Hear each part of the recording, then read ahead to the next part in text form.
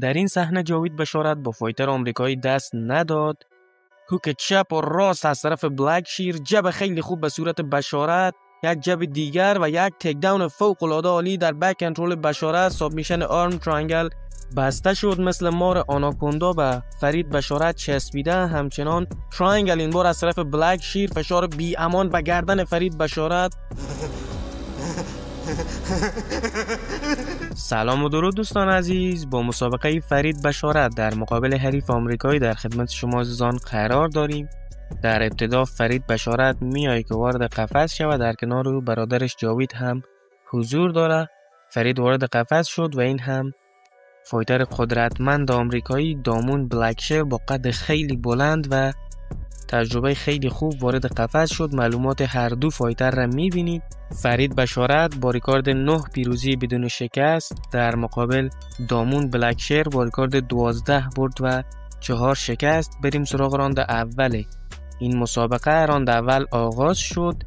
یک جامپینگ فرانکیک از طرف بلکشیر، لوکیک از طرف بشارت، یک هوک چپ به صورت بلکشیر کوبید، لوکیک دوباره از طرف فرید، هوک چپ راست از بلکشیر، یک جب از طرف بشارت، دوباره لوکیک از طرف بلکشیر، اقدام به تک داون از طرف بلکشیر، دفاع خیلی خوب از بشارت، همچنان تلاش برای تک داون از طرف بلکشیر. ببینیم که موفق به تک داون کردن خواهد شد. مسابقه را برد کنار قفس و تحت کنترل بلکشیر. یک ریورس خیلی خوب از بشارت، جب به صورت بلکشیر، دوباره بادی که از طرف بشارت خیلی خوب به شکم بلکشیر نشست. همچنان یک جب از طرف بشارت، یک لوکی که خیلی خوب دوباره از طرف بلکشیر، هوک چپ به صورت بشارت کوبید. مسابقه در وسط قفس، یک جامپینگ فرانکیک میخواست بزنه، یک زانوی پریشه از طرف بلکشیر، یک جب هوک چپ و راست از بلکشیر، قد خیلی بلندتری نسبت به فرید بشارت داره، اقدام به تک داون از طرف بشارت و دفاع خیلی خوب از طرف بلکشیر. مسابقه را برد کنار قفس.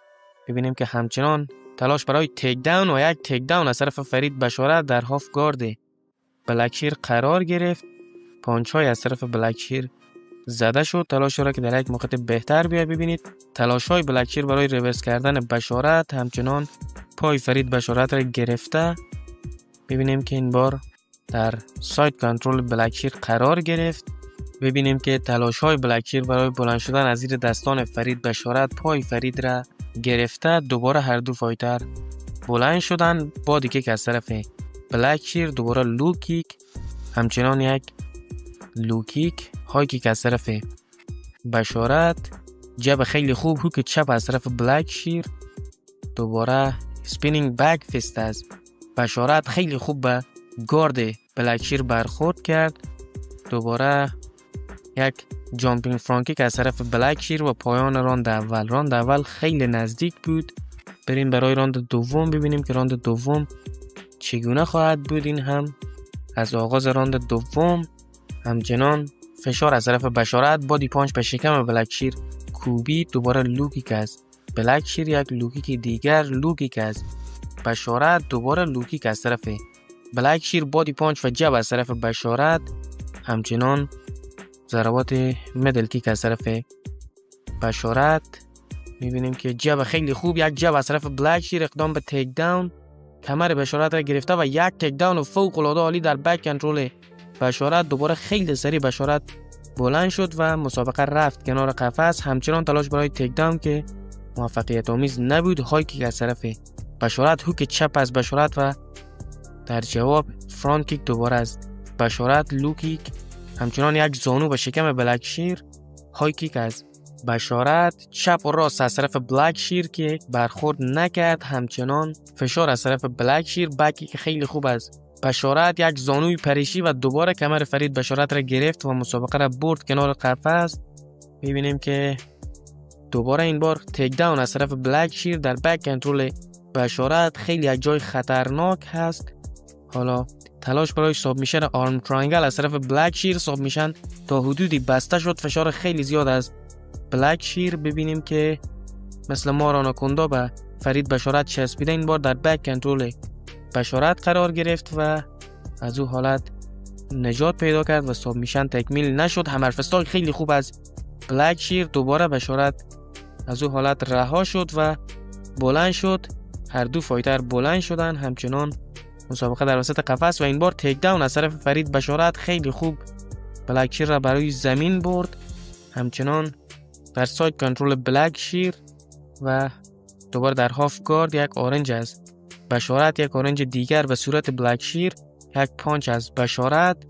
همچنان بلک شیر را برای زمین پرس کرده. اورنج خیلی خوب از بشارت، یک اورنج دیگر پرقدرت به صورت بلک شیر پرتاب کرد. یک اورنج دیگر، اورنجای خیلی خوب از طرف بشارت و پایان راند دوم. راند دوم هم خیلی نزدیک بود، واقعا حد زدن نمیشه که راند دوم را برد. بریم برای راند سوم و فاینل راند.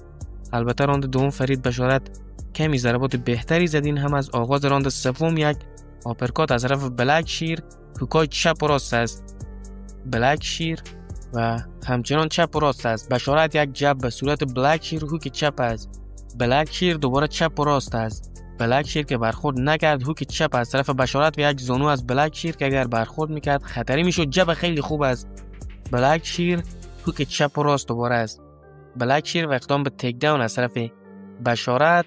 یک زانو از بلک شیر، یک زانوی دیگر به شکم فرید بشارت کوبید. مسابقه را برد کنار قفس. این بار تحت کنترل فرید بشارت. ببینیم که یک تیک داون خیلی خوب از طرف بشارت در هاف گارد بلک شیر قرار گرفت. پانچای خیلی خوب از طرف بشارت به سر صورت بلک شیر میکوبه. همچنان یک پانچ دیگر، یک تلاشای بلک شیر برای بلند شدن از این موقعیت. همچنان مسابقه تحت کنترل بشارت هست و حالا یک ریورس از طرف بلک شیر در بک کنترل بشارت قرار گرفت. پانچای خیلی خوب از طرف بلک شیر. دوباره هر دو فایتر بلند شدن. ببینیم که دوباره جدا شدن و در وسط قفس هوک چپ و راست از طرف بشارت، یک لوکیک به پای بلک شیر، هوک چپ از طرف بلک شیر به صورت بشارت خیلی خوب نشست. دوباره جب از طرف بشارت، ضربات جب از هر دو فایتر. همچنان یک لوکیک از طرف بلک شیر، دوباره هوکای چپ و راست به سر صورت بشارت میکوبه، هوک چپ و راست از طرف بلک شیر و اقدام به تیک داون. ببینیم که موفق به تیک داون کردن خواهد شد. دفاع خیلی خوب از بشارت. همچنان دوباره بلند شد و این بار تیک داون از طرف بشارت در هاف گارد بلک شیر قرار گرفت. همچنان مسابقه تحت کنترل بشارت هست. یک اورنج خیلی خوب به صورت بلک شیر، پانچای خیلی خوب از طرف بشارت. ساب میشن ترانگل از طرف بلک شیر خیلی خوب بسته شده، فشار خیلی زیاد از طرف بلک شیر و دست فرید بشارت را گرفته. لحظات پایانی راند سوم و این هم پایان راند سوم.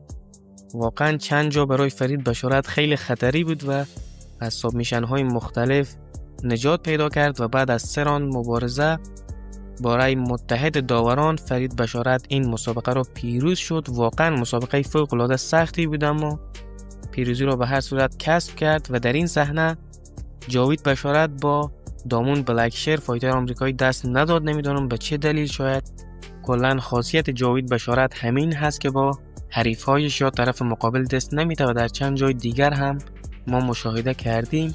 و هر صورت امیدوارم از تماشای این مسابقه جذاب و دیدنی هم لذت برده باشید.